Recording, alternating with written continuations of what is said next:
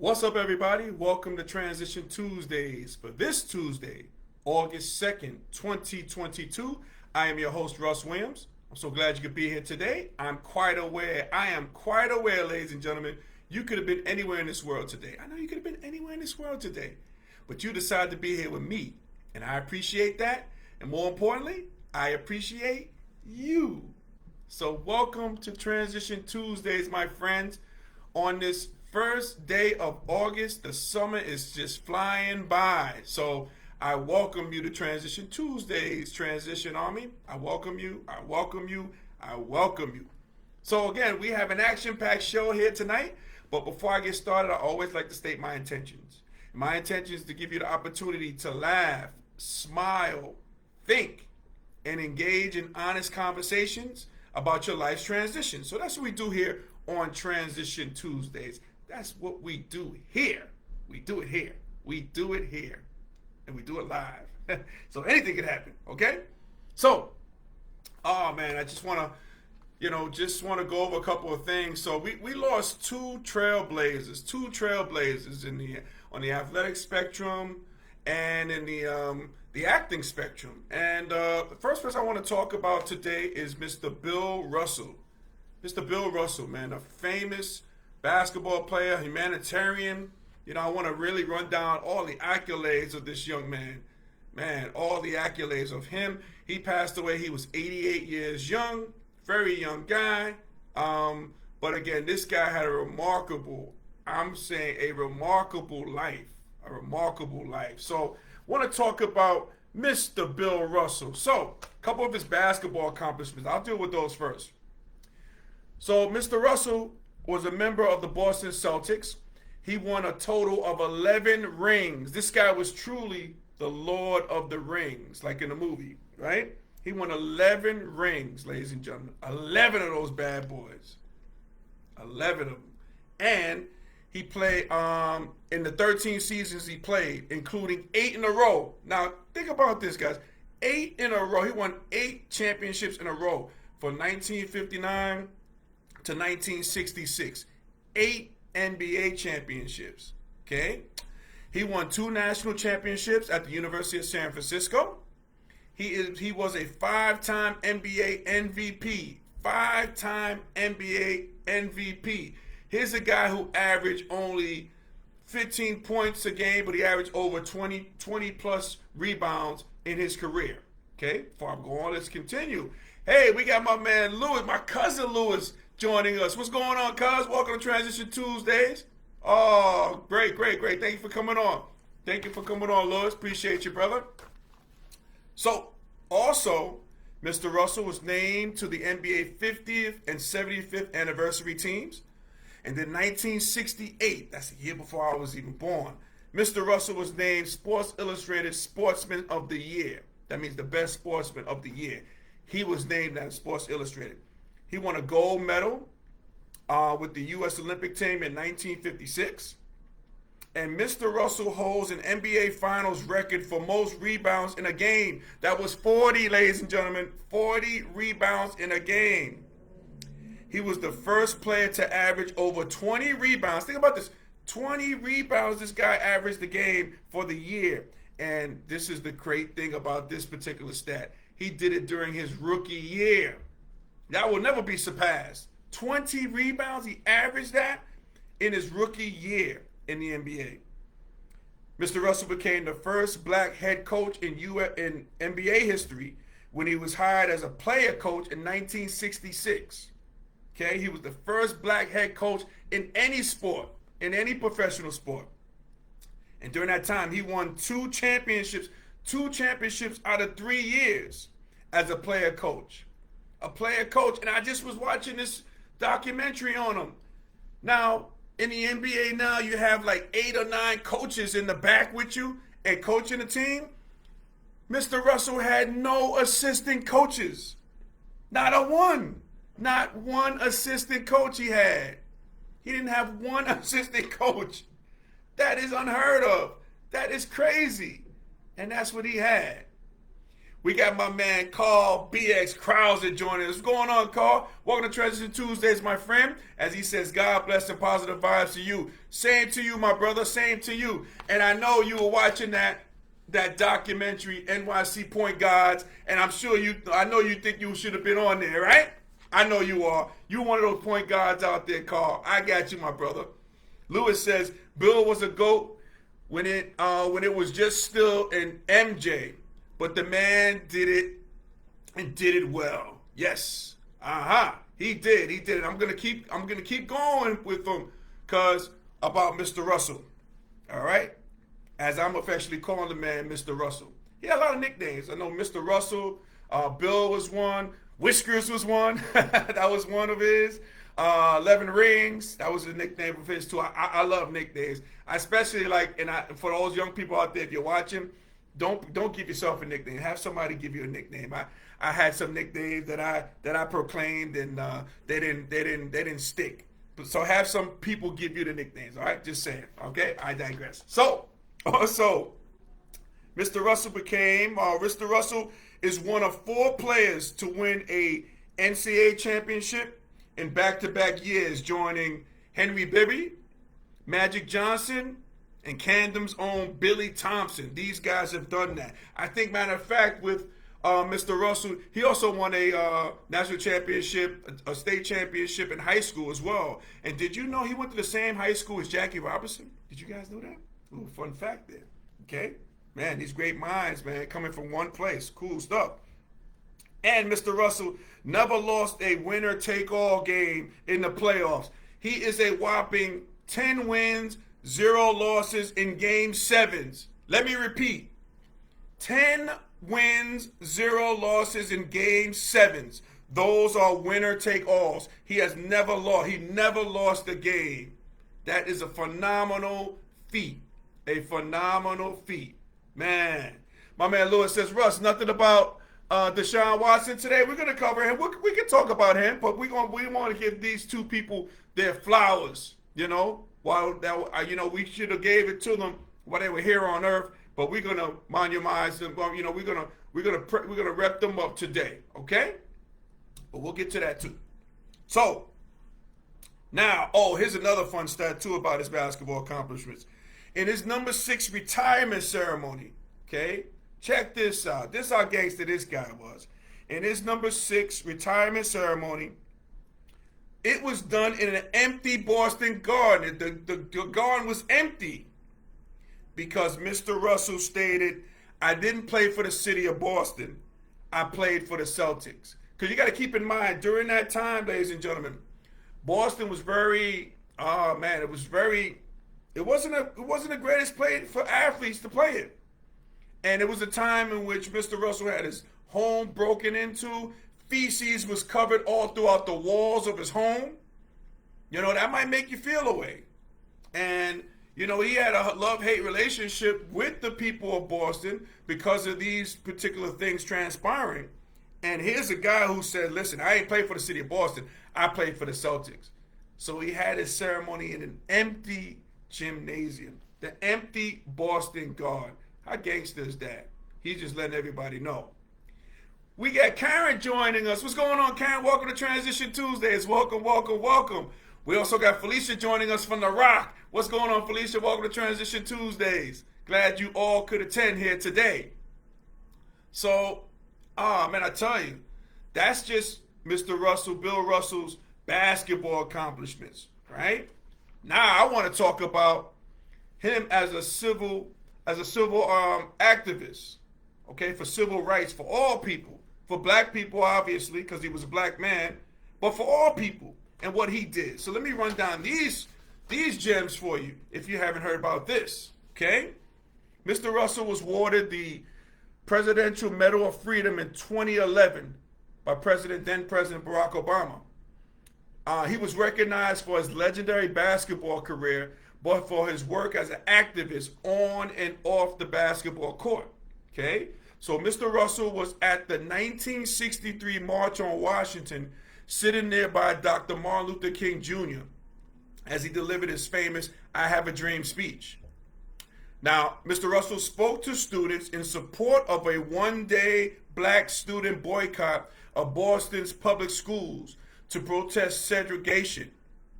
He was also involved in local issues in Boston, including being involved in the planning of graduation and speaking to graduates at a predominantly black high school in 1966. Think about the climate, what was going on in 1966. You know, especially in the Boston area, it was tense. It was intensified. Now, after Medgar Evers, who was a slain civil rights activist, when he was murdered in 1963, this how gangster again Mr. Russell was. Mr. Russell traveled to Mississippi to work with Evers' brother to open an integrated basketball camp. Man, he's just showing like how his leadership qualities. You know, he had leadership qualities on the basketball court, but here he's doing it, you know, off the basketball court. Now, here's another one I want to share with you guys really quick, okay? See if anybody else will check it in. So in 1967, only 2 years before I was born, actually, ladies and gentlemen, when boxing legend Muhammad Ali refused to fight in America's war in Vietnam, Mr. Russell joined other prominent black sports figures, Jim Brown and Kareem Abdul-Jabbar, when they gathered in Cleveland to meet with Ali. And it's a world famous picture. You all have seen it, where they're sitting down in a little dais there, and they're seeing what's going on while Muhammad Ali is in the middle. Here you have Bill Russell was to his right, there supporting the young man. And Mr. Russell supported Ali's decision to go to prison instead of denouncing his beliefs surrounding civil rights and religious freedom. Okay, he didn't have to do that, but he did. Okay. Also, a story that I just heard just before I came on here. So apparently there was an exhibition game in Kentucky, and his black teammates went out to eat, and they were refused to be served because they were black. Okay, so they came back to the hotel. They bumped into Bill Russell. They told Bill Russell what went down. What did Bill Russell do? Bill Russell decided to protest that game. He didn't play in that game in view of protest. He didn't have to do it, but he did it. He was on the forefront. That's what he did. That's what Mr. Russell did. And this is the last one. This is a great thing that I really liked about Mr. Bill Russell. Again, he did things in the 60s, 70s, and what have you, but let's fast forward to 2017. 2017. Where Mr. Russell posts a picture of himself wearing his Presidential Medal of Freedom. Then he took a knee. He was actually down on a knee. He took a knee of solidarity with protesters within the NFL. Okay? And it's a great pic. It's a Twitter pic of that picture. And it read, I quote, "Proud to take a knee and to stand tall against social injustice." Man, that's what this guy was. This guy was that. He was a champion on and off the basketball court. I mean, that's pretty amazing what he did and all the stuff that he did. Simply amazing. Man, there'll never be another Bill Russell. You know, all the championships. You know, matter of fact, I believe it was, I think it started in 2013. They named the MVP trophy for the NBA Finals after Bill Russell. So, you know, this guy was the ultimate teammate, the ultimate champion.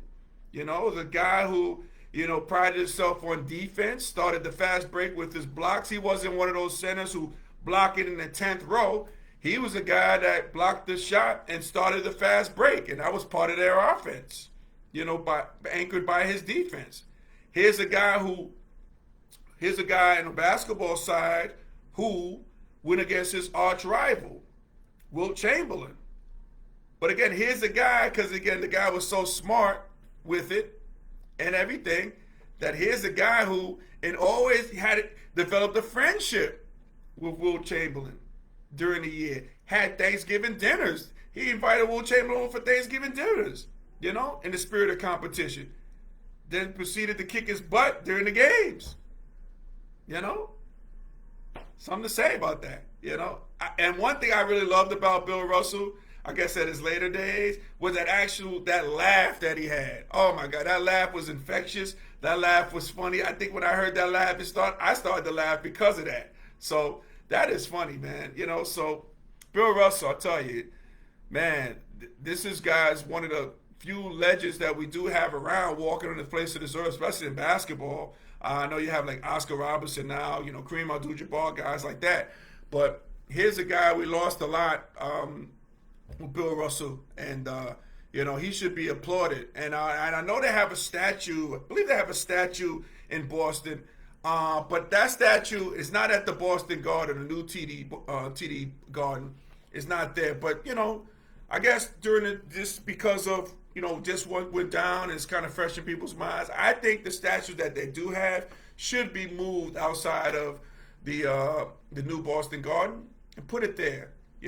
Just to let everybody know about Bill Russell, about his exploits on and off the basketball court. So, truly amazing man, Mr. Bill Russell.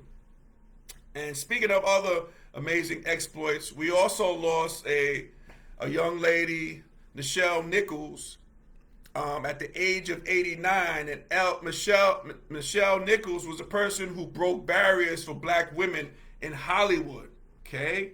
Where she played Officer Lieutenant Uhura on the original Star Trek television series. She died at the age of 89. Now, we might have some Trekkies out there. Live long and prosper. I wish I could do the Trekkie thing. I can't separate my fingers like that, so I have to be kind of like that, I guess. That's the Trekkie thing. I guess I can't get the V together, the Vulcan sign. But think about this with Miss Nichols. That famous interracial on-screen kiss she had with Star Trek co-star Captain Kirk, Mr. William Shatner. That was unheard of at the time.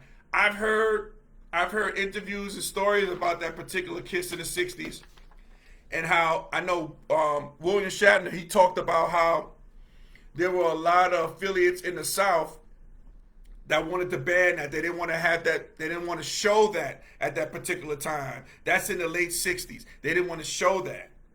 But the networks and the show, they were brave enough to show that and brought some light to it.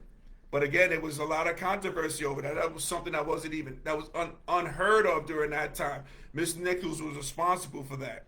Also, I'll share another story with you as well. A couple of stories with Miss Nichols.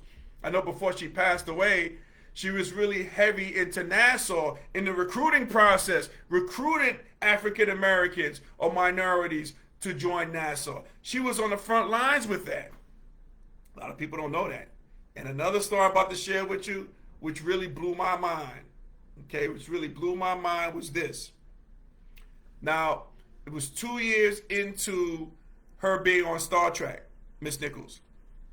And she was contemplating quitting. She was going to quit the show after 2 years. And she gets a call from Dr. Martin Luther King. And Martin Luther King explains to her, he says, you can't quit. You can't quit this show. You have to realize who you are.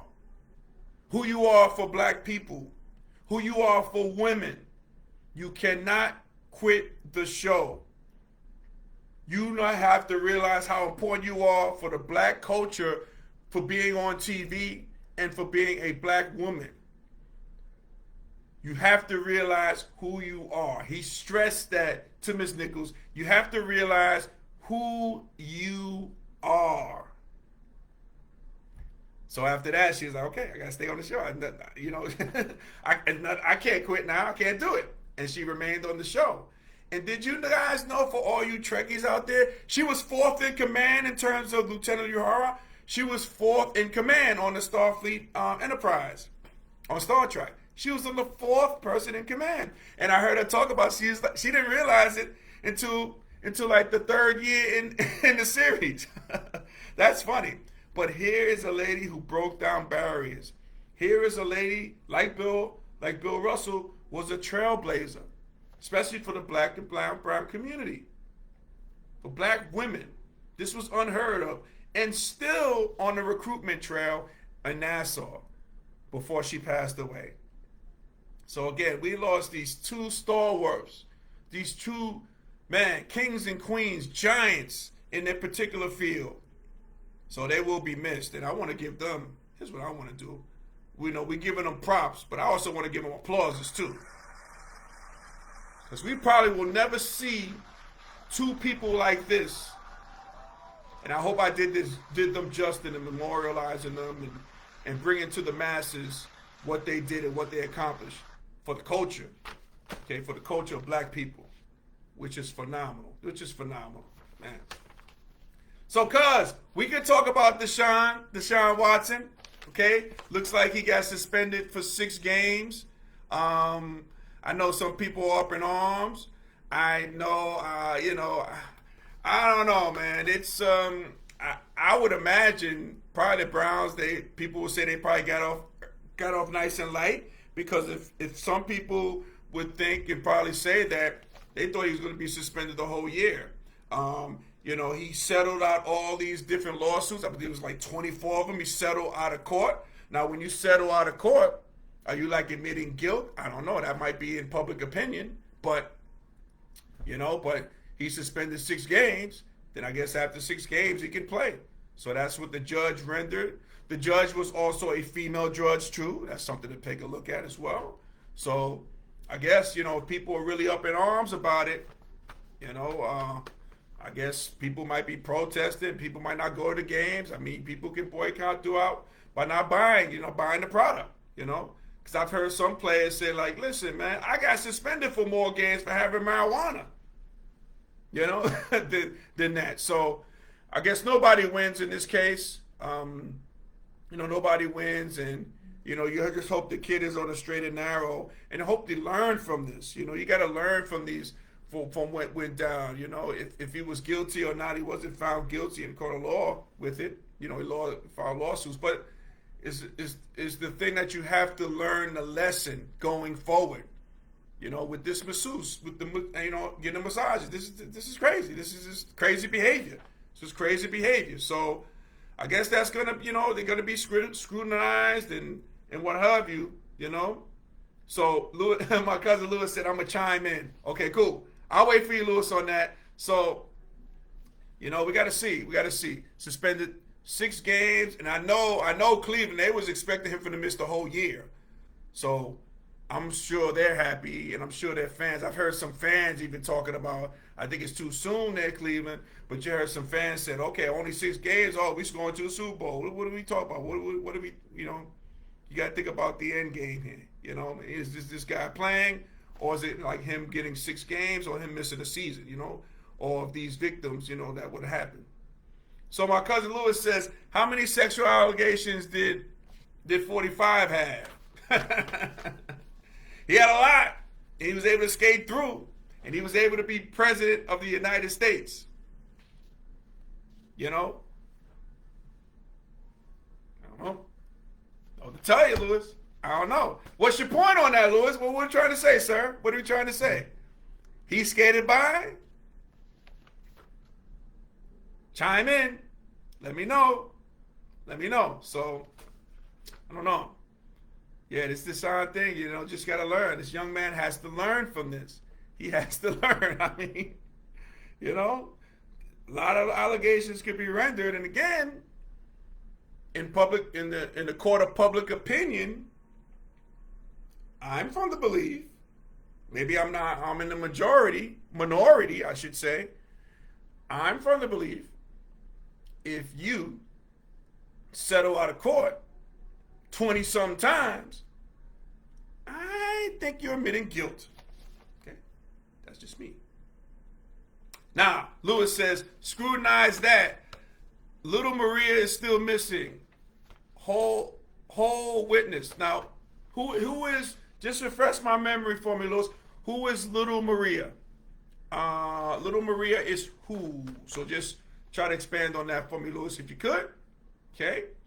And Lewis, while you're doing that, I just want to just say one more, just mention one more thing that's going on here in New York.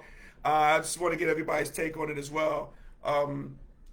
You had this reverend in New York City who got robbed in Brooklyn. Okay, not sure if everybody saw the video on that. Apparently this guy, the Reverend, who was a mentor of the mayor, Eric Adams, he was robbed at gunpoint. It's all on video. He's getting a lot of scrutiny. He's flashy. He had like over $400,000 on him, of jewelry on him at the time of the robbery. So I want everybody, if you haven't seen that video, take a look at that video. Some people say it might have been a inside job. And the reason why they're saying that, the reason why I will say this is this. Say that is this. Okay? When you guys go back to that video, and I recommend you, after the show, you go take a look at that video, I want you to keep your eyes on, and make sure your eyes are fixated on the left-hand side of that screen. There was the person who, I can't even say the word, a member of the church who was sitting down as a young man there, who didn't even flinch, didn't even move when stuff was going on. It's a little sketchy. I mean, some people are cold-blooded like that. Some people got ice in their veins. But again, this young man did not move a morsel. He didn't move one time. When the time they came in, you saw the Reverend. His eyes are wide open. He got down low. They came and they took what they had to take from him. They took everything. Jesus pieces, everything. They took it all. Crosses, the whole nine. But I want you to have your eyes fixated. Okay, I want you to really look at this. Fixated on the young man on the left, sitting down, who doesn't move a muscle. I don't know, inside job, could be. I don't know. Could be. I don't know. Just saying. So, again, I just want to pay respects to Bill Russell, Nichelle Nichols. These people are like pioneers. These people have really paved the way so we can we can have these rights, so we can, have these liberties that, that they have paved the way for us. So, I just wanted to just really shout them up. And then we talked about, okay, let me see. Okay, so Lewis respond. Let me see. Hold on one second. So Lewis says, the young Puerto Rican girl who had dated and Epstein. It's breaking up there what you had there, Lewis. Let's see. Her little friend who was alive and is talking. This was before he was, he meaning, I guess, number 45, but Magda, I guess, friend made him think. Okay, again, so Lewis, again, is cutting off a little bit. But I'm assuming you're talking about number 45 and the Epstein, maybe the connection he had with Epstein. Yeah. I don't know. Yeah. And speaking of Epstein, yeah. His person, I know I'm all over the place, but that's okay. But I know the lady who was his confidant and set up everything. I think she got 20 years. And, we'll see. But if you're going to compare number 45 to a Deshaun Watson, a lot of allegations out there. But I don't know. But, one guy skated through. Another guy gets 6 games. I don't know. We'll be the judge, I guess. It all depends what side you're on, on that particular deal. But again, it's up to Deshaun Watson to learn the lesson. This cannot happen again. And Lewis says, and how the heck does a preacher with the congregation have $1 million in jewels and maybe insurance fraud? Yeah, I feel you on that, cousin. It could have, the way, again, okay. I'm going to go totally off script with this one, but I'm going to just give you my opinion on this. Like, again, when you see the video, I want you to see that young man who was totally calm, right? This could have easily been an insurance fraud. Maybe he had insurance on all the jewels and everything that was being taken. And maybe he was going to collect on that. And maybe, just maybe, and again, I'm not a criminal and I'm not thinking as a criminal, but again, I'll just say it. Maybe people come and rob, he get the insurance from you to get that, and then he gives a little something to the people that robbed. There could have been a whole thing set up. Who knows? I don't know. But how could you, if you're doing that or not, but how can you rob a preacher, a reverend, in the house of the Lord? How can you do that? You know, when you go on the straight HE double hockey sticks, I mean, that's the way that is. That's the way that is, and that's the way that's going down. So, you know, crazy, crazy, crazy, crazy. So, ladies and gentlemen, if we were able to make you laugh, smile, and think during this broadcast, my good friends, you have accomplished something major today. So celebrate your victory. Celebrate your victory. As I play my theme music. Yes. Uh-huh. Woo! Alrighty. Ladies and gentlemen, Transition Army, I want to thank you for watching Transition Tuesdays. I thank you from the bottom of my heart. Thank you, thank you, thank you. And if you missed this show and our past shows, you can always go to our YouTube channel, Transition Tuesdays, and do me a huge favor out there, Transition Army. Make sure you like and subscribe on our YouTube channel before you leave there. Make sure you do that, okay? I would appreciate that.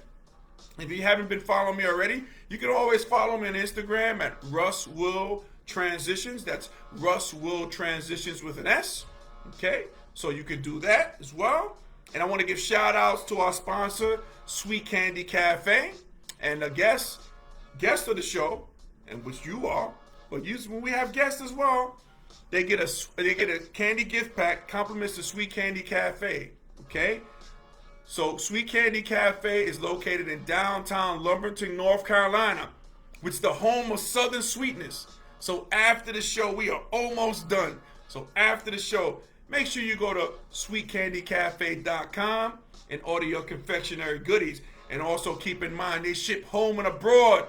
All right. These are great gifts for you to have. It is hot as heck out there throughout the country. Make sure you get you some candy to cool off, and your taste buds will thank you, ladies and gentlemen. And also keep in mind, in November, Miss Felicia, Miss Sweetness, the owner of Sweet Candy Cafe, they are celebrating 10 years of existence.